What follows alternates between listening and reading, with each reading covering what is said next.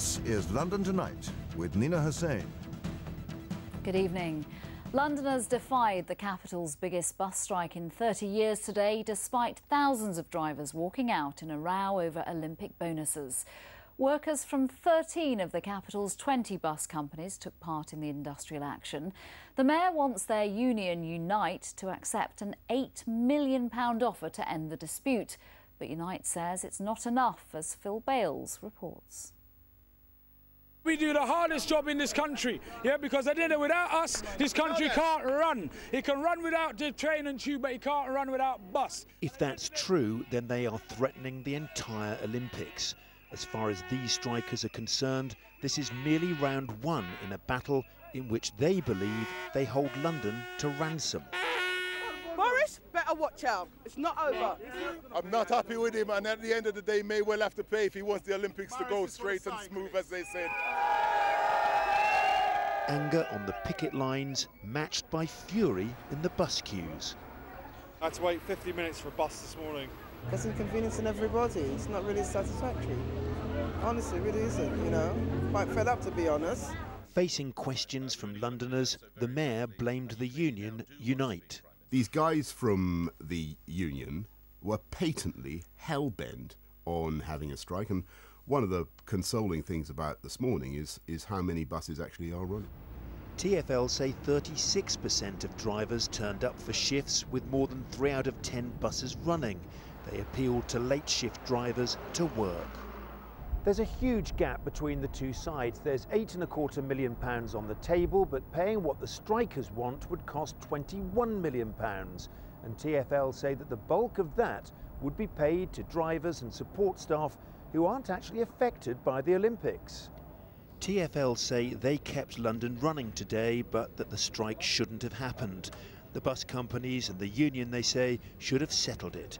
Instead, the strikers lost £120 in pay and at the moment won't get the £500 bonus currently being offered. If you're turning up for work today, then you continue to qualify for your share of the £8.3 million worth of funding which has been made available in order to help us get through the Olympics. That raises the question, could this dispute become more bitter given that some won't qualify and won't get paid? Well, I suspect it can, but you know, what we must really focus on is resolving the dispute. What's also disputed is whether drivers from some companies could strike. If they had, there may have been even fewer buses on the road. And we'll get more from Phil a little later, but stuck in the middle of the dispute are the ordinary commuters who faced major disruption today. Many refused to allow the strikers to bring London to a standstill. In defiance, they walked or found other ways to get to work. Paul Brand reports now on how London coped. Although the queues weren't particularly long this morning, the waits often were. What time is it? Around 9 o'clock now, isn't it? In Hackney, we found Courtney and Ashley trying to catch the 277. They'd waited 90 minutes for a bus that wasn't coming. So you don't know what's the problem with the bus then? Yeah. No, we don't know. All we know is the strikes. So you know about the strikes, right? Yeah. Strikes about what? About pay, because they want more pay during the Olympics. Okay. Yeah, me hear somebody talk about it. Oh, so that's the problem. That's why we can't get in the bus then. The only driver to pass in 10 minutes was just a learner. A test route, one of the few that was still running in Hackney. No good for those late for work. I don't know how my wages are going to be, if I'm going to lose my day's wages or what, I don't know. So you're worried about what your employers think? Definitely, that's the problem now.